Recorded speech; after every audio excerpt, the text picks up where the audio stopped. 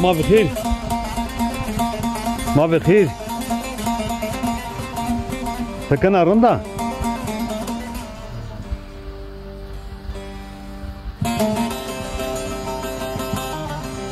Apo zonumazana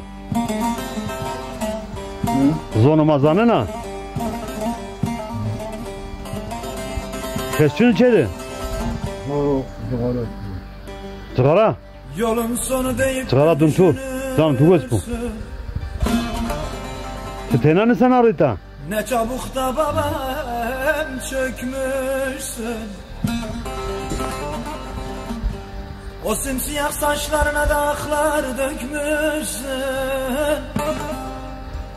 Eğer babam bu kış geçerse gelecek misin? Ha bu kesi tüçünü Söyle söyle dönecek misin?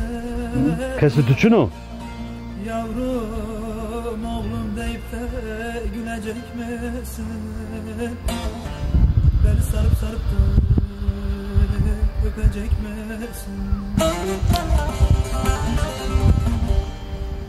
Eğer babam bu bayramda geçerse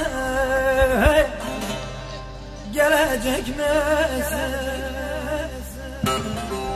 Söyle söyle söyle dönecek misin?